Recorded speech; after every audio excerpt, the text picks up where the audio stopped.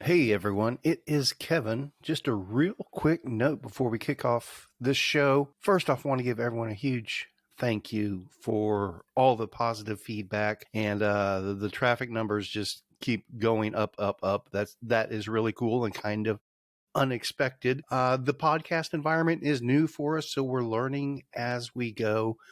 And one of the things we've noticed is there's kind of a lack of communication with everything spread out all over the different platforms, and any comments and feedback and things like that don't necessarily make their way back to us. If you have feedback for us, suggestions, questions, whatever else, shiftlesslive@gmail.com. Send us a quick email and we will definitely follow up.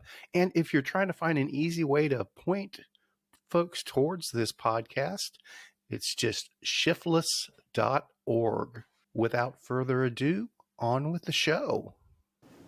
There we go.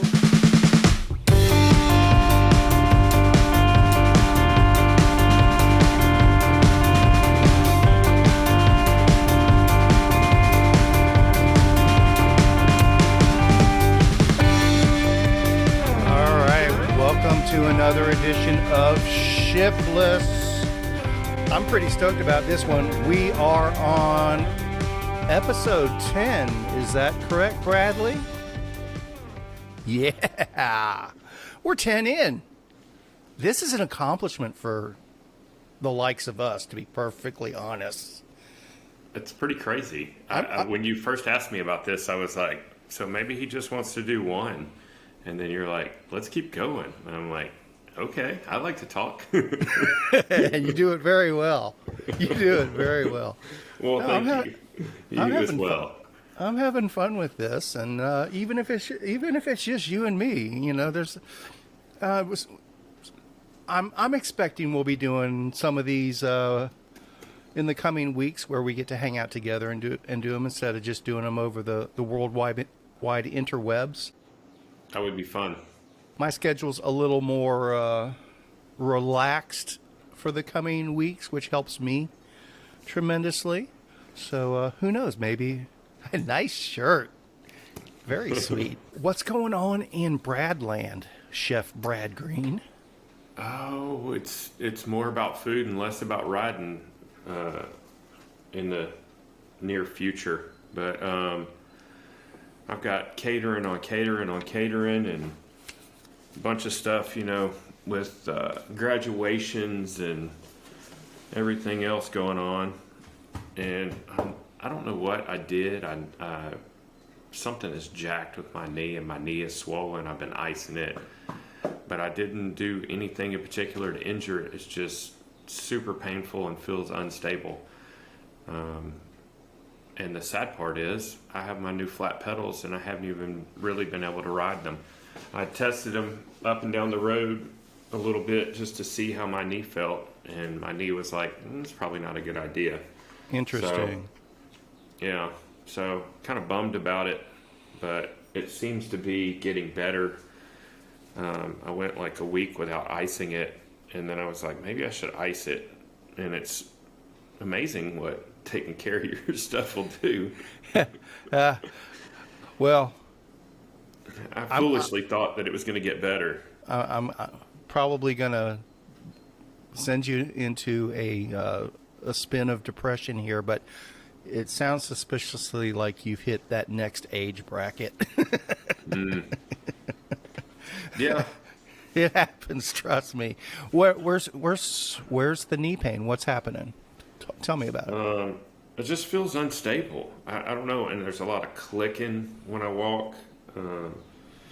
But it's mostly on the outside, like down the, I don't know, it goes all the way down my leg almost. But I don't know. Let's not talk about me getting old. It's not a happy thing. Understood. But it's something we have to be cognizant of and work within the proper realm when we get there. Because if you don't, you know, it just takes long. It just takes longer to get over stuff. You can still do it. it's like that. It's like getting a hangover at in your 40s versus a hangover in your 20s. What hangovers in your 20s? Exactly. Don't even exist. Tall boy for breakfast. Let's go. Yeah. Okay. All right. So definitely you want to take care of your knee and don't make it worse. And good Yeah. luck with all of that. But okay. So graduation. Who's graduating? Just a bunch of people that have asked me to Okay. cater for graduations. Okay. You were scaring me there. It's like Kieran's not graduating, is he? No, he's still got another year. Okay. Still got another year. Which so. that's still unbelievable, quite frankly, because I remember him when he was so tiny, but baby, yeah. But yeah, that was what was right in my head. I was thinking he had another year.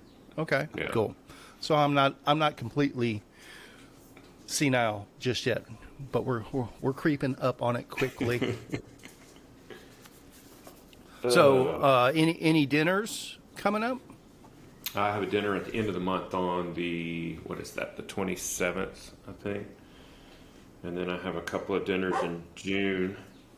Actually, I have one private dinner that's fully booked, and I have another dinner at the very beginning of the month, and I'm probably going to announce another dinner at the end of the month.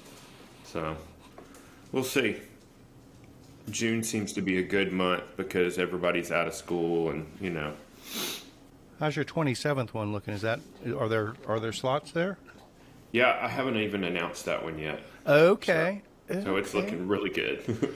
Oh wait, you're talking about May 27th. Yeah. Yeah, I still have slots. Yeah. That might fit into our schedule for a change of pace. We're supposed to do a bike packing clinic at Mad Duck, or not a bike packing clinic, a rat meetup discussion group at Mad Duck that morning. So that should free us up for that evening. What time do festivities begin for the fam dinners? 6 p.m. 6 p.m. Interesting. Do you give any heads up on what might be the theme or the menu, or is it just show up and hope for the best? Yep, just show up and you go with what you get. That might be outside of mine and my wife's comfort zone. Have to think about that. I mean, I do work around food allergies, If I tell people all the time, like, if you it doesn't even have to be an allergy. If you don't eat pork because of religious reasons, or I have a girl that's allergic to cilantro that shows up, and I have, people that don't eat seafood. I can write a menu around it and nobody will even notice. Understood. No, Understood. when you have 9 courses, nobody's ever going to go, we didn't have a single shrimp, or we didn't have a piece of cilantro, whatever. I'll talk to Jan. See if she's open. See if we can make that work. I want to hear about the event this past weekend. It looked like it was quite a riot. That was a ton of fun. That was a ton of adventure. That was a ton of learning new stuff from a promoter's perspective. So we did Hell of the North Texas out of Paris, which we've been doing that for a number of years now. City of Paris, Texas, Lamar County, they have been just absolutely amazing to us for some time now, for not just Hell of the North Texas, but also for the Rat 1000. We just, quite frankly, we wouldn't be able to do either event properly without the support they give. I'm definitely happy to share insights and feedback and perspective from my end, but I guess I'm a little more curious. If you're curious about it, or if there's something, what was it that piqued your interest about it, or what were you wanting to hear more about? So I just don't go down random bunny trails that don't do you any good. Well, I want to hear about the mile, and I also want to know. I did not realize there was a 183-mile route. So let's take the latter first. Mm-hmm. The there were two big change-ups for this year's Hell of the North Texas that we threw into the mix. One was that we've previously always done it in conjunction with the big road rally they have in Paris, the Tour de Paris. That road rally typically happens in the middle of July, which in Texas is friggin' hot. Yeah. That's just a bad idea. I mean, I get what they're doing. That's part of the training routine for the Hotter than Hell 100 folks that are wanting to build up to doing that. Nice dice throw there. We did like working in conjunction with Tour de Paris. That part was fun. Yeah. But just doing stuff like that up there, it gets hot and humid. It's almost like Louisiana up there. It's so damp. So the first big change we made was shifting it to spring and having the weekend to ourselves. That was a crapshoot. Speaking of rolling dice, that was a crapshoot on our end, in that how much of our attendance in the past had been a derivative of Tour de Paris riders that were just making a weekend of it, sort of thing. And we ended up with our most registrations, our most signups ever for the event, so that was really cool. That is cool. The second part of the equation where we really tricked things up was, we call it Hell of the North Texas. It's inspired by Hell of the North, Paris-Roubaix. Back in the day, we used to run it out of Sanger when we were starting to lose some of our dirt roads up there. And it's like, well, we can still do it, but it'll be partially paved, partially dirt, and kind of treat the gravel sections like the cobbles on Paris-Roubaix was kind of the idea. And that was a fairly popular event, but we just kept losing more and more gravel up there. And eventually, City of Paris reached out to us wanting us to do an event in conjunction with Tour de Paris. And it's like, that was a really good opportunity to move Hell of the North to Paris. It's like, that would be really cool. That's the evolution of how we got to Paris. And then always in my head, I had it in the back of my mind, is like, man, it'd really be cool to do a point-to-point like Paris-Roubaix. And this year we went for it. It's like Rich Waldschmidt and I went out, and I had some routes mapped out from stuff I'd done in the past. He has some personal experience in the area. And we put together a point-to-point from Paris to Irwin Park in McKinney. That is actually a lot more gravel and dirt than people would expect. Even the last couple miles going into McKinney, there's a good run of gravel through there at the moment. May not be next year, but this year there was. So the way that one worked out is the point-to-point, what we were calling point-to-point racers, that were going all the way to Irwin Park. They would do a 50-ish mile loop in Paris. That was the same as, all the other 50-milers in Paris. That would be the end of segment 1. Then they go out to segment 2 from Paris to Dodge City, which was another 50-plus miles. And we actually had some folks could stop there and for about a 100-mile route. And then from Dodge City to Irwin Park was another 72 miles or something like that. And that was the final segment. And a little bit of a change of pace. We allowed team support at not just anywhere along the route. You couldn't have a follow car or anything like that, but at designated spots along the route. If folks wanted to have team support there, they could have folks that were helping take care of them. And that was like Dodge City. Almost everybody had their team support there, sort of thing. There were other midpoint stops. And then we set those up so they also coincided with stores. So people that may not have team support in the same spots where people that had team support would get that support, we made sure there was a store available there as well. That makes sense. That was that was a really cool event. We had 20 something people that signed up for it.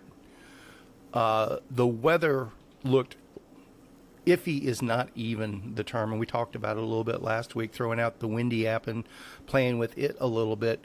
The general forecasts that were out there looked miserable, quite frankly, for the weekend. So we had 20 something people that signed up for it. I think we had 12 that showed up to ride. And then out of those 12, we had 4 that finished.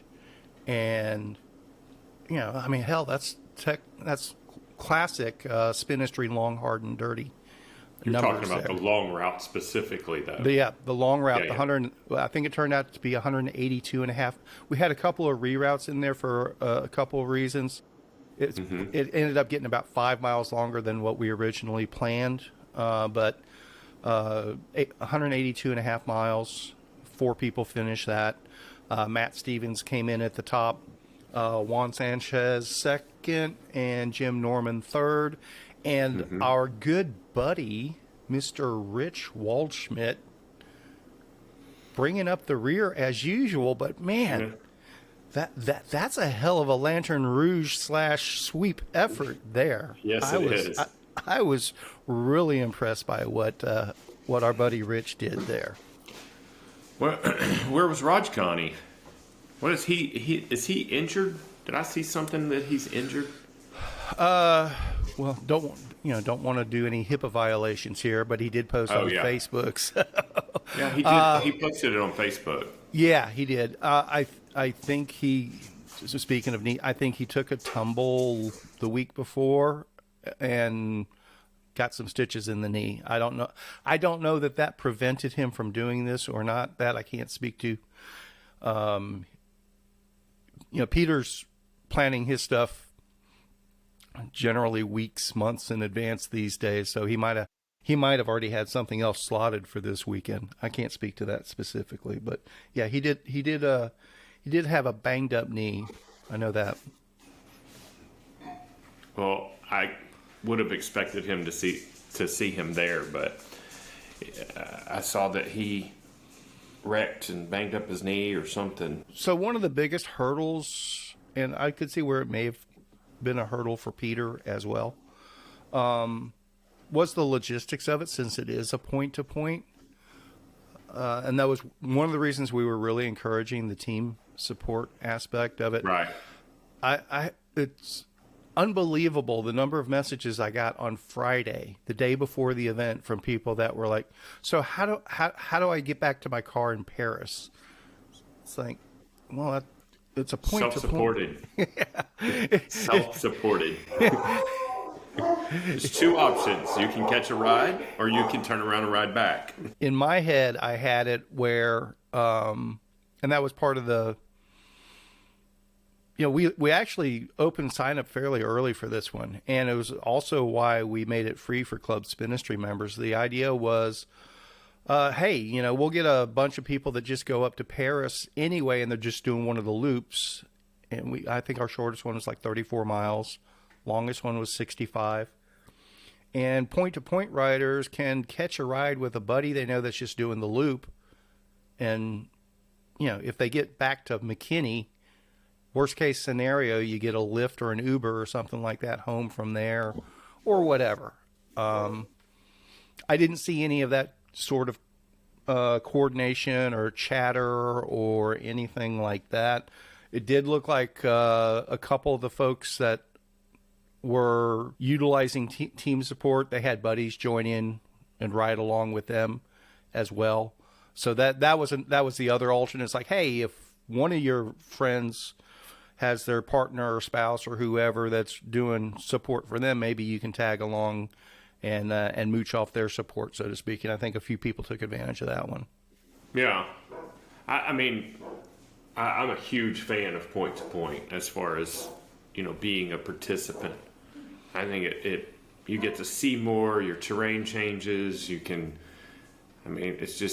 a more adventurous ride than doing a loop. I mean, obviously when you do a loop, you get to see a bunch too, but you tend to stay in a homogeneous area almost, I don't know. I like the point to point because you can just see so much more.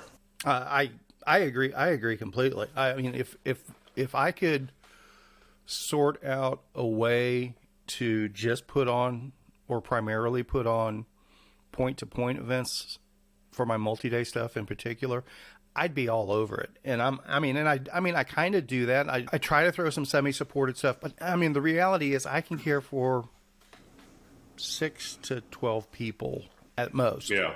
And 12's really pushing it. But in turn, from a business aspect, if you try to take things to the realm of we're going to have full-blown support for every 4 riders or something like that, or we're going to have a shuttle service or whatever, that just gets outside the realm of the stuff we do. That gets outside of my comfort zone of having fun.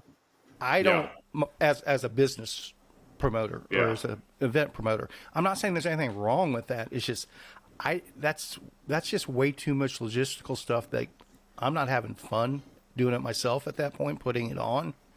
Yeah. And just trying to sort out all of that level of detail. And then dogs are having a good day. My dogs are having a big day today. I don't know what is going on. My dogs have been too. It's crazy. They finally wore themselves out, but starting like 3 o'clock in the morning, oh my God, they've been going nuts.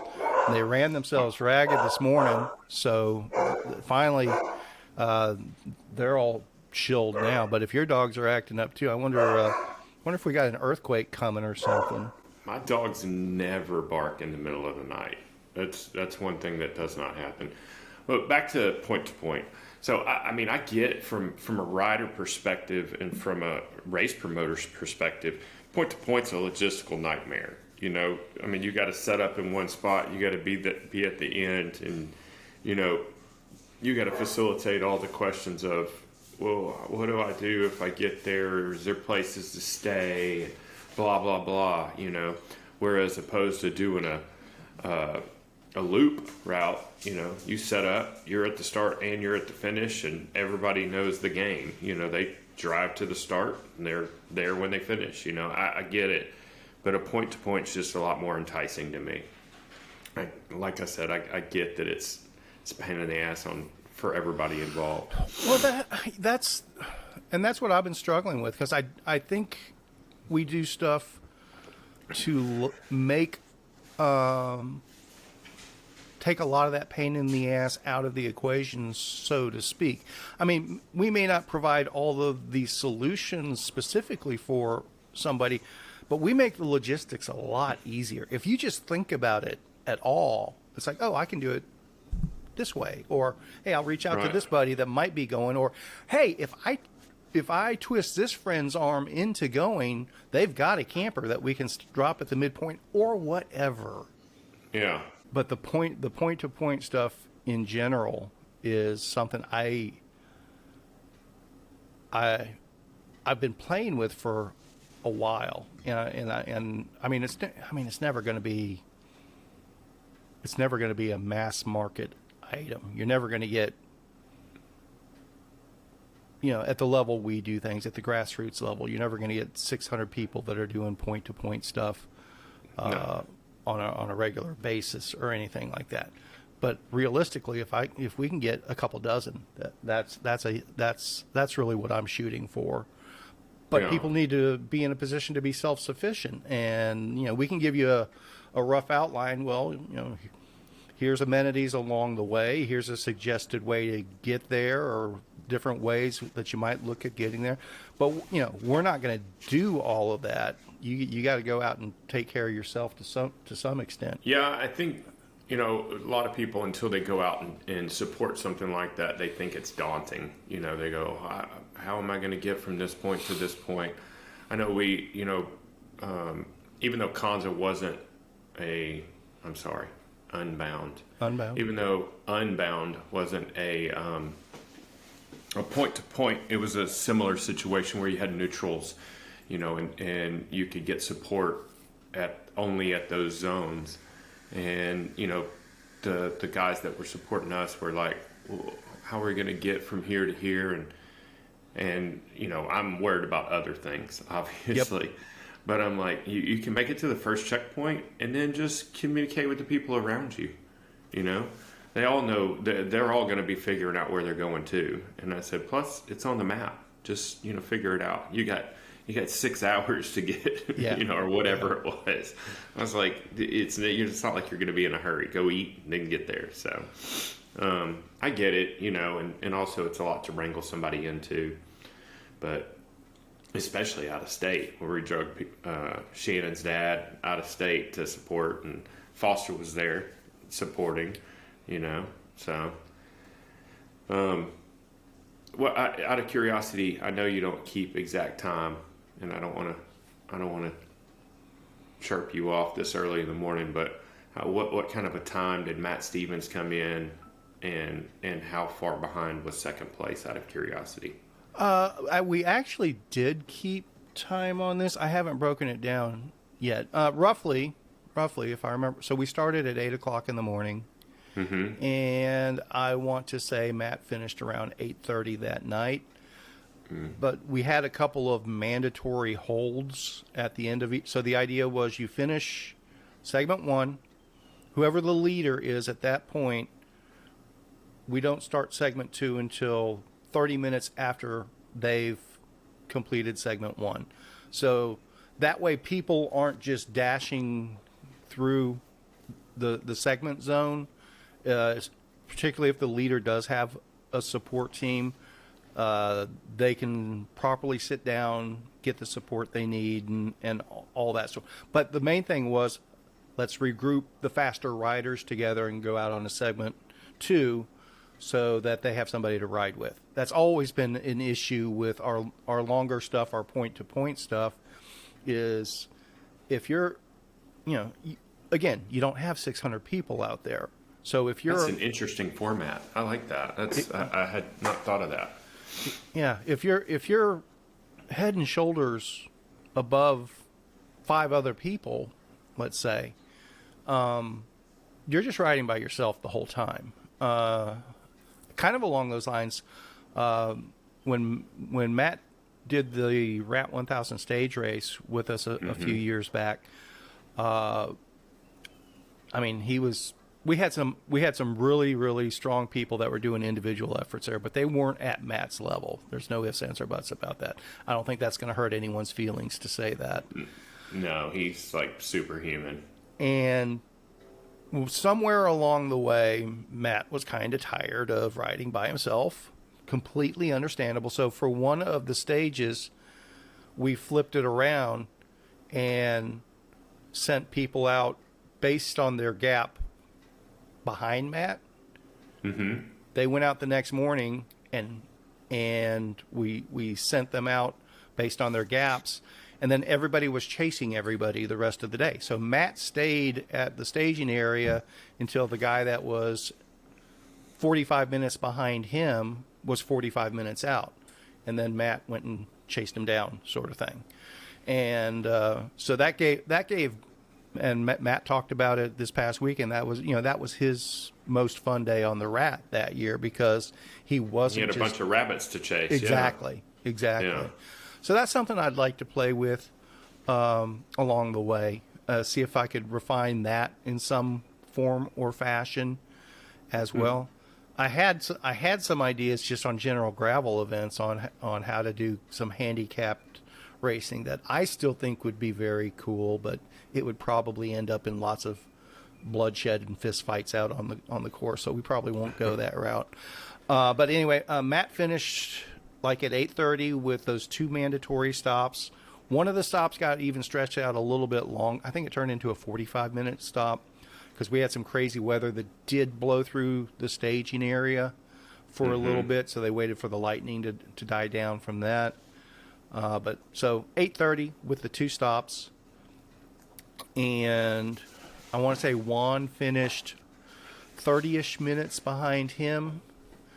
And then Jim Norman was maybe another. Juan finished in the dark with no lights, but just as it had gotten dark at Irwin Park. And I think Jim was maybe another 20 minutes behind him. I do have their times, but the way we had to do it, since we had those segments, we basically timed each segment as an individual race. And Sure. I haven't felt like sitting down with spreadsheets. So it's like 3 segments of ITT, huh? Yep. Or TT, yeah. Yeah. I get it. And then Mr. Waldschmidt rolled in about 12:30 in the morning, between 12:30 and 1. And I saw 16 and a half hours. There's nothing wrong with that. oh gosh, no, I mean, no, that was a hell of an effort. And Rich hasn't been doing, he hasn't been doing his long rides this year, his longer days like he had in the past for various reasons. And I think he was a little trepidatious about it, and I think he was a little concerned. But it turned into his longest day on the bike ever. And he was going strong all day long. It was really impressive. That's one of the reasons I like the point-to-point is once you leave, you got to keep going. Well, You know? I mean, it's again, everybody needs their motivations. Everybody needs their rabbits. Everybody needs their carrots. And I mean, I think point-to-point is one of the most natural ways to accomplish that. It really is. Because even when you're doing a long loop, it's real easy to say, oh, I'm doing the 150 miler, but there's the 100-mile cutoff right here. Yeah, let's just go ahead and hang a left. But if there's nowhere to go but the end, okay. Yeah. Let's see what's around the next turn. Let's see what's at the next town. Maybe they've got a really good taco in town, or something like that. So Rich is going to try out the flat pedals. I'm interested to hear his thoughts on it, especially someone. I am too. Yeah. I handed those off to him at the end of the ride. He has the Spinistry demo pair of the Catalyst pedals. Planning to throw mine on the bike this afternoon and take it for a spin tomorrow as well. Give that a shot. And for fear of beating a dead horse, this weather is still amazing for Texas. It's crazy. But we're gonna get to. It's gonna be hot. But I mean, this next week, we're still in the 80s. Yeah, which is not bad. Yeah, we'll see. We'll see how it goes. It's trying to get wet on us, and we've had years like this before where it's a mellower spring, and then it's a little more wet, and then July gets crazy wet for some reason, and then we're in trouble. So we'll see what happens. This is not a Nino year or whatever, is it? I think it is. That might explain it. I can't. I hadn't thought about that until just now. I saw some mentions along those lines on various articles and threads and stuff, but I didn't dig into them, so I didn't know if they were talking about it coming next year or if we're in the middle of it now or going into it or whatever. It's also we're going into solar maximum too. Basically, I don't know anything about that. Basically, when the sunspot activity is at its highest, so that kind of has a weird effect on. So, and I don't think we need to bring in an expert for this one. Anybody can wiki it, but the solar maximum, solar minimum cycle is every 7 years or every. I might be getting El Nino and solar maximum. I think it's actually That's every. the first 11. time I've ever heard that. You've never heard of solar maximum, huh? Have not. Is Mercury in retrograde as well? Yeah, solar maximums when the sunspot activity is higher, which means there's more just sun activity, so you're more subject to solar flares and all that. And which we have had some of that, like they had the northern lights of the aurora borealis that you were able to see in Big Bend last month and that sort of thing. So that's related to the solar maximum there. Well, learn something new every day. I'm going to look up what solar maximum is. Did I answer all your questions about Hell of the North Texas, or was there anything else that needed to know You about? you chose to address the latter first, and we still haven't talked about the other part I want to talk about. I wanted to talk about the magic mile, the mud mile. That's okay. So let's frame that a little bit, and this kind of goes back to last week's episode where we touched on the Windy app and the windy.com weather stuff a little bit. And this is not paid sponsorship from Windy, but if they want to pay us, I'll let them. the Using the forecasting information, that actually all the other forecast models out there were making Paris weather look like crap. And Friday I was getting messages from I'm not going to throw anyone specific under the bus, but basically the people I built this event for specifically all bailed. They all had good reasons, I'm sure, but I'm guessing most of it was they didn't like the weather forecast, even though they'll never admit that. But wait, isn't weather always a factor?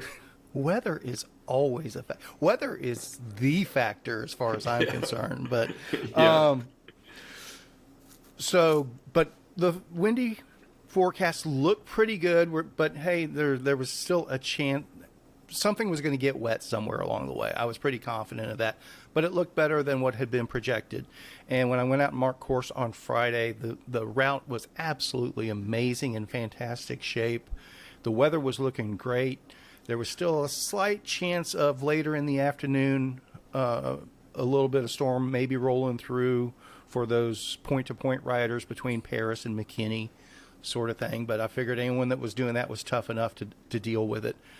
And when I marked the course on Friday, for the 65-mile loop only, the longest loop we actually had on Saturday, there was one section between mile 42 and 43, if I remember right, where the rest of the route there were mud holes and puddles and stuff like that, but you could pick a line around all of them except for one big mud hole, but it is what it is.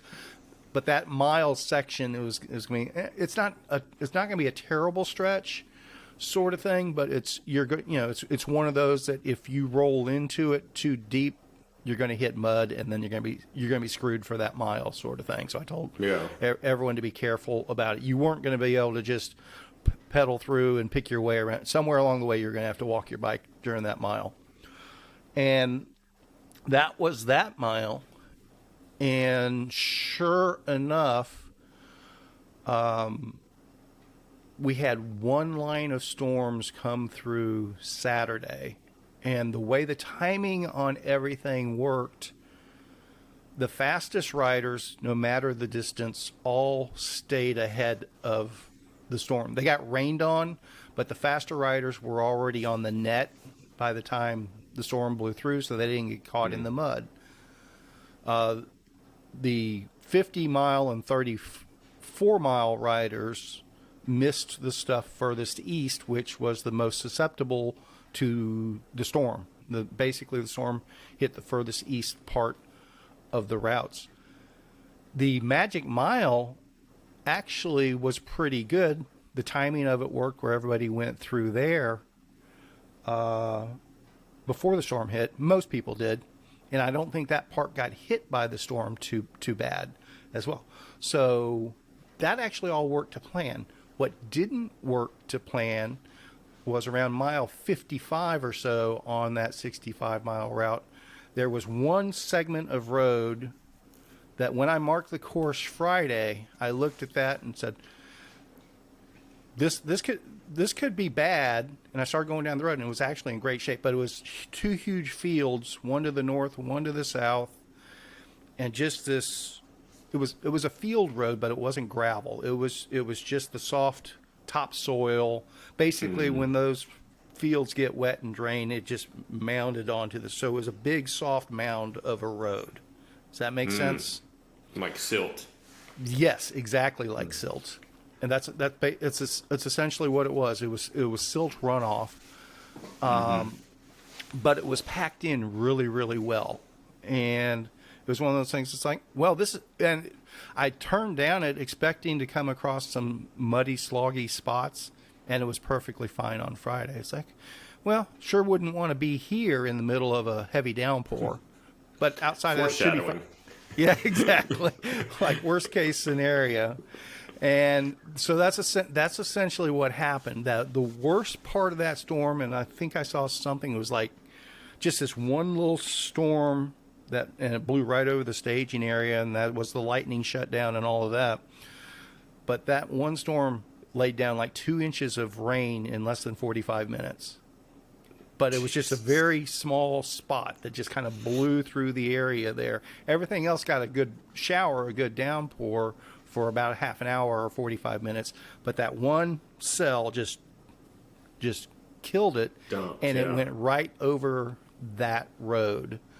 So, again, most of the faster riders, top half of the field on the 65-mile loop probably beat the storm down to that road, but the second half did not.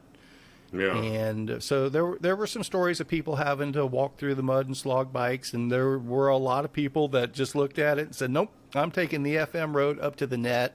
I don't blame them for that. I'm not going to tear up my bike, particularly if if I'm the bottom half of the field and I'm not racing for a podium. It's all right. And so that's what kind of happened there.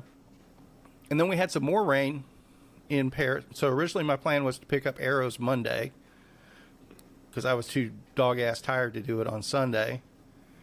And rain's blowing through there Monday. So I went up there yesterday to pick up the arrows.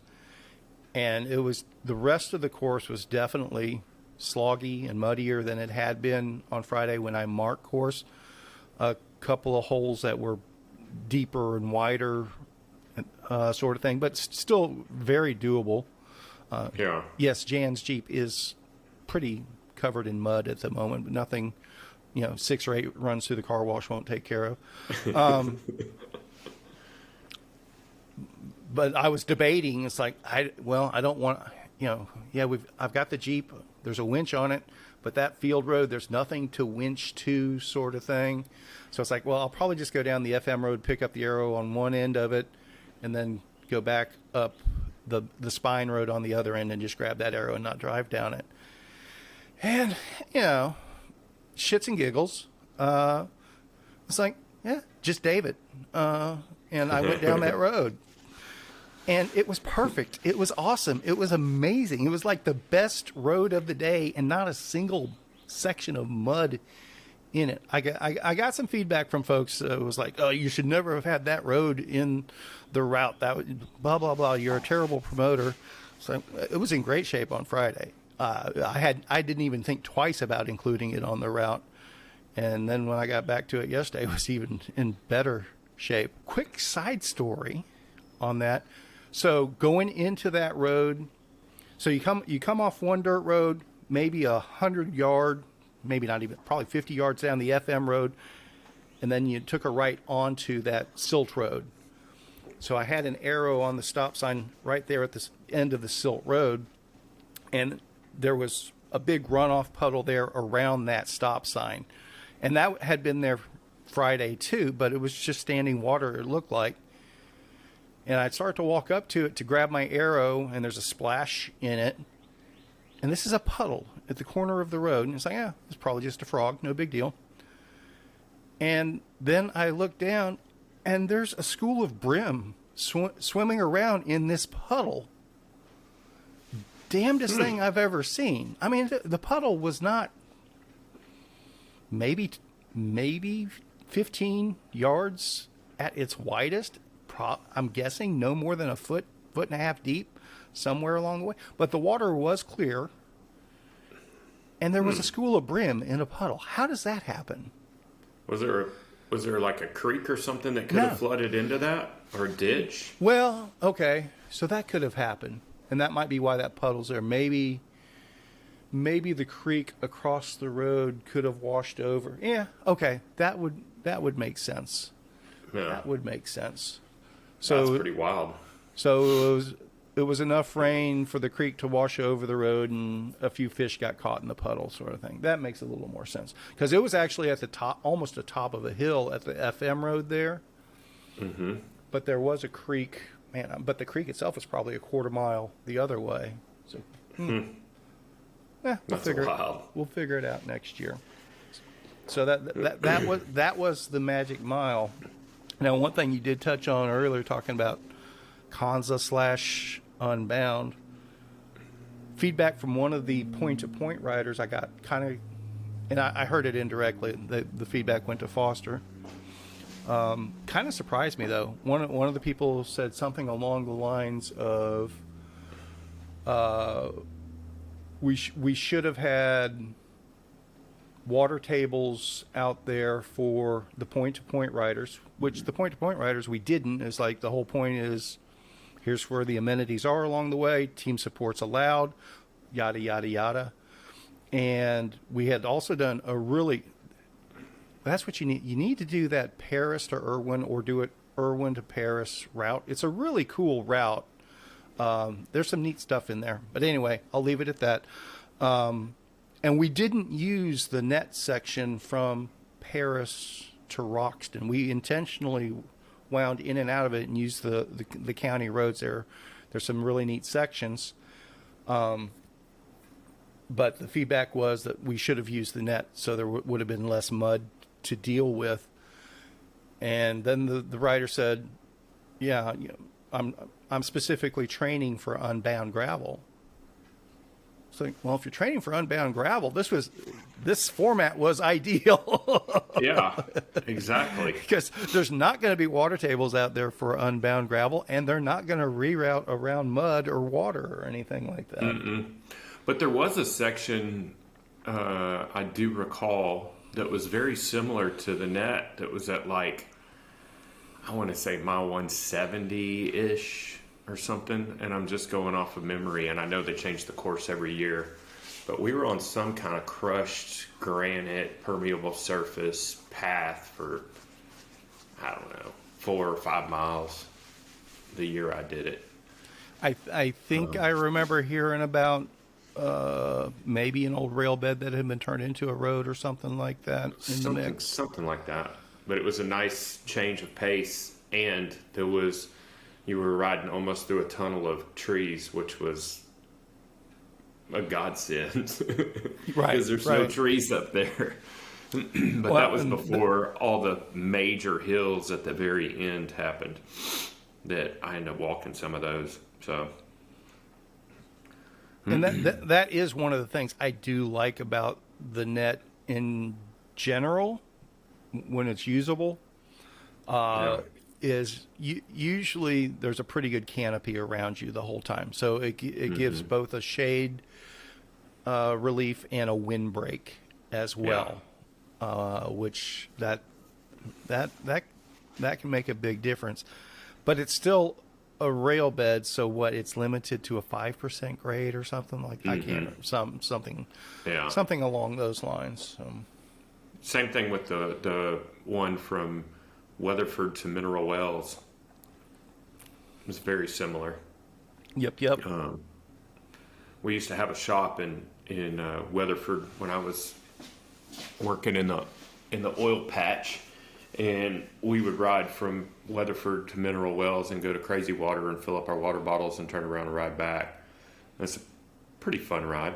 There's I forget the name of the town that you go through, Gunter, maybe.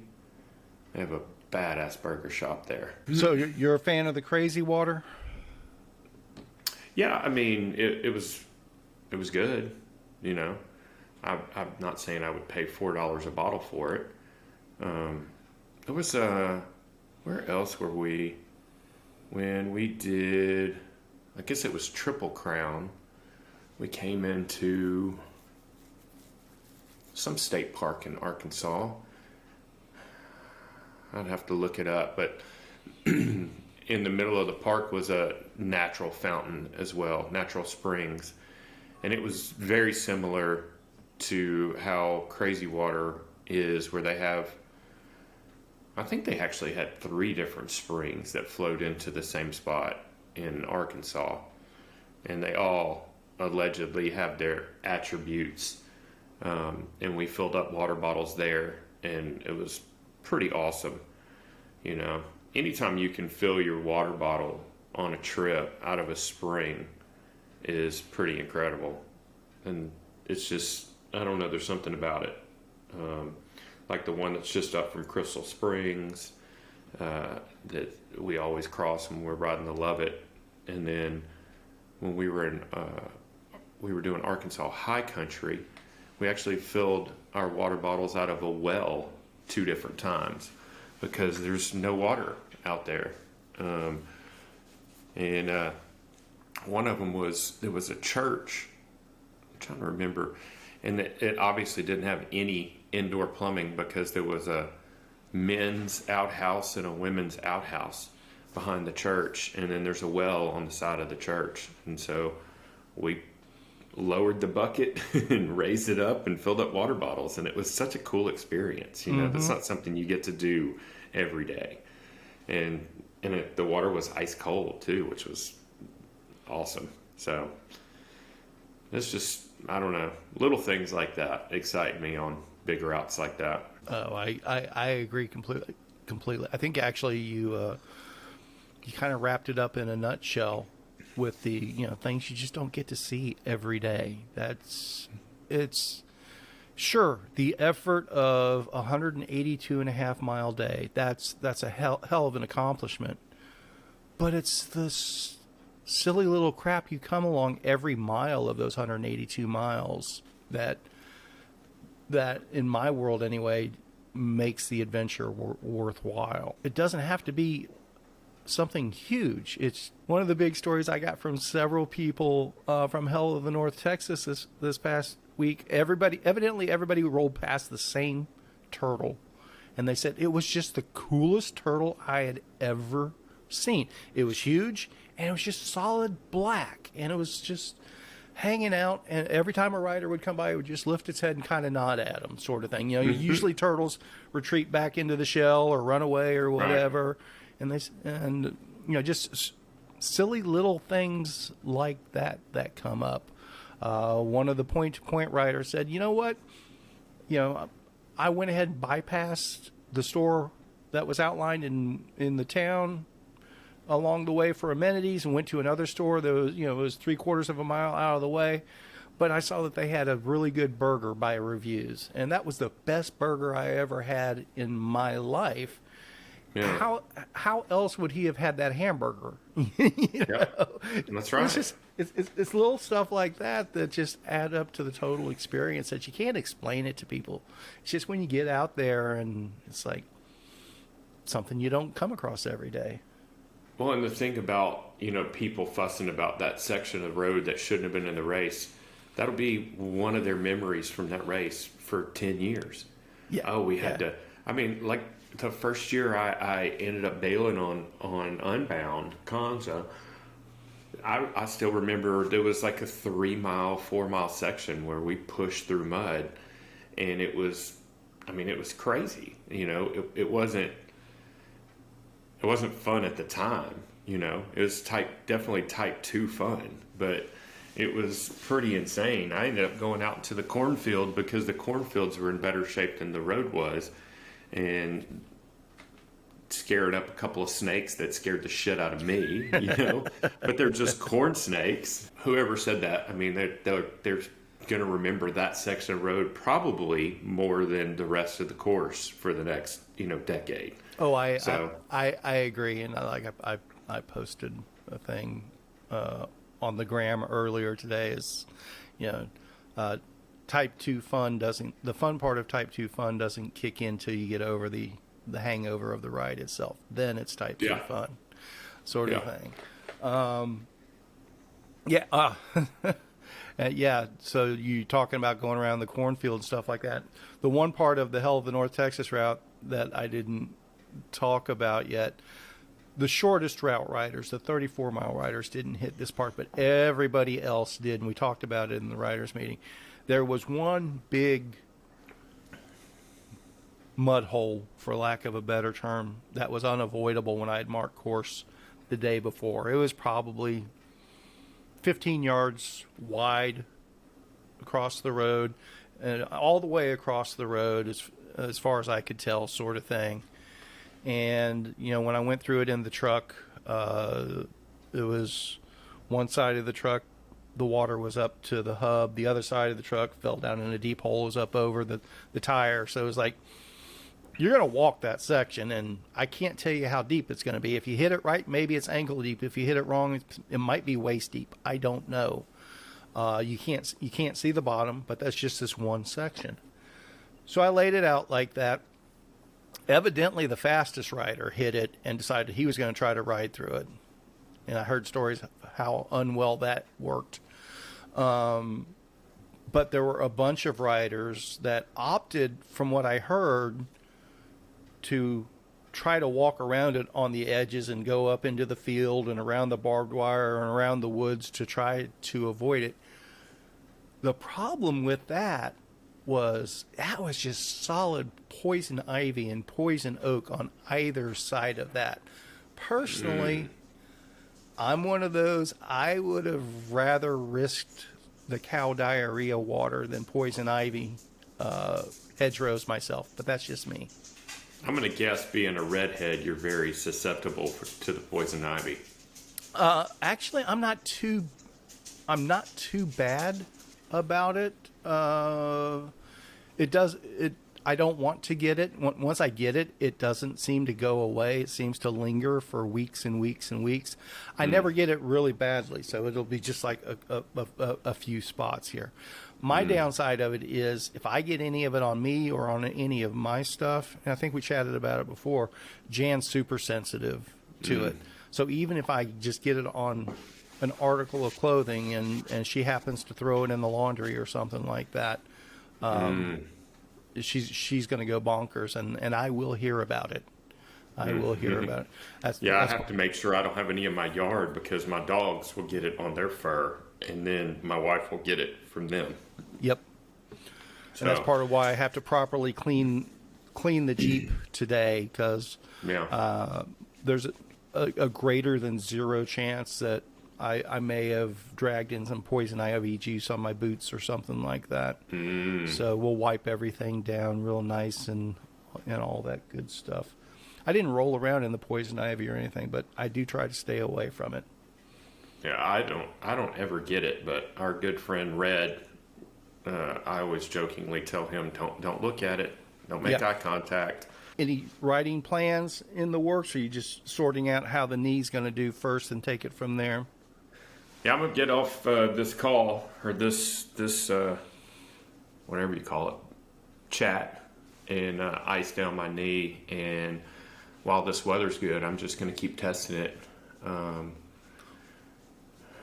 I went, I told you I've been trying to climb 3 days a week, and I went Monday evening with Gage, and I brought my shoes, didn't even put on my climbing shoes. I just did upper body stuff, and watched him climb and cheered him on and stuff, and just looked at all the new routes they've set, and it was a little depressing, but it's not that I don't think I can climb. It's all bouldering in Denton, so you fall, you jump down, you land on a pad and everything, but I just don't think that's a good idea for the knee, the way it feels.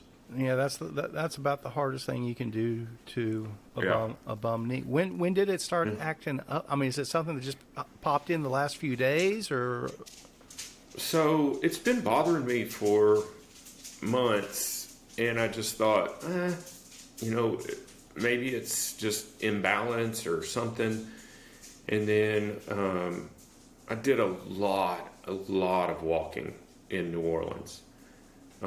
Didn't have any slip and falls, didn't have any incidents or anything. And also a lot of, sitting and driving, because we only stopped 2 times on the way to New Orleans from here. Maybe 3 times, and everything was just get out, get something, get back on the road. And then on the way home, same thing, although we did stop in Shreveport and eat at Herbie K's. But the next morning when I woke up, I mean, my knee was just inflamed. Yep. And I can't attribute it to one thing. If I could, I think it would make me feel a little bit better. But I don't know what to call it. You know, it's not an overuse injury from cycling or anything. I mean, I've been on a bike since I was 2 years old, so there's something to be said for just miles and miles and miles and miles. But what about on the New Orleans trip? Did you do more stairs than usual, up and down stairs anywhere or anything like that? Okay. no, Obviously, I am not an orthopedist or a medical expert of any kind. A high likelihood is going back to the old manitis. There's a knee arthritis component in there, is a very likely scenario, and it's not the end of the world. It's just something to be cognizant of. A suggestion to test that theory out would be not with the new pedals, definitely with your traditional setup. Just a spin around and see what the after effects of, and just a 45 to 60 minute low intensity ride. Gears are better if possible, or flat on a single speed. And just the reality is, a lot of times with the arthritis aspect of it, bicycle riding is like one of the best things you can possibly do. It doesn't stress the knee as much, and just all of that movement lubricates everything and keeps everything rotating and freed up, as opposed to, if you limit your activity too much, it can actually make things stiffen up more. That's what I was talking to somebody else about. I said I don't want to baby it, because then it's just going to lock up. You know. Yep. I want to keep. And I was like, I'm walking like normal instead of trying to limp and stuff. And I was like, I'm torn whether that's helping or hurting, because I don't want to baby it and then it like become weak and more unstable. Yeah. So the bike riding itself acts as a nice go between, where you keep the blood circulating to those areas, you keep everything moving and lubricated, but you're not doing the high stress impact stuff. That the walking's one of the worst. Definitely have to have the right shoes at the time. Flip flops and barefoot can be really bad if the knee starts acting up. And I walked a lot in flip flops. Well, while we were in New Orleans. Yeah. There you go. I'm calling it. That's what you're recovering from primarily at the moment.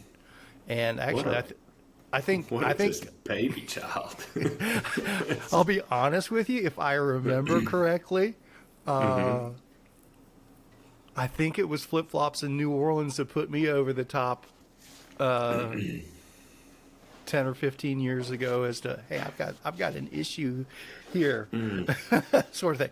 But the real issue for my flip flops in New Orleans was, unfortunately, at 3 o'clock in the morning, I stepped in one of those puddles off of Bourbon Street in flip flops. Yeah. I'd rather walk barefoot through that mud puddle you were talking about that was on Hell of the North. No kidding. There is no telling what is in that puddle in New Orleans. I sanitized that foot tremendously when we got back to the hotel. I would hope so. I mean, I know a lot of our listeners don't have a clue who I am or anything, but this is a statement for me. I am going to eat something when we get off of here and take some ibuprofen, which is something I never do. So that's a statement for me. That's how much this is a pain. So. Understood. Seriously, try a spin around like I talked about. That's on my plan for today. If it's hurting while you do it, stop. But if Yeah. it's not hurting while you do it, see how that makes you feel the rest of the day and into tomorrow, sort of thing. And, No, I'm going to do point to point so I can't quit. Will you pick me up at the end? How do I get back? I'm just going to Dave it. Let's Dave it. And let's end it there. This is a good end spot here. And to everyone that's listening, just like Brad said, just go out there and just Dave it. Just Dave it. Later, buddy. Later, buddy. You have a good one. You too.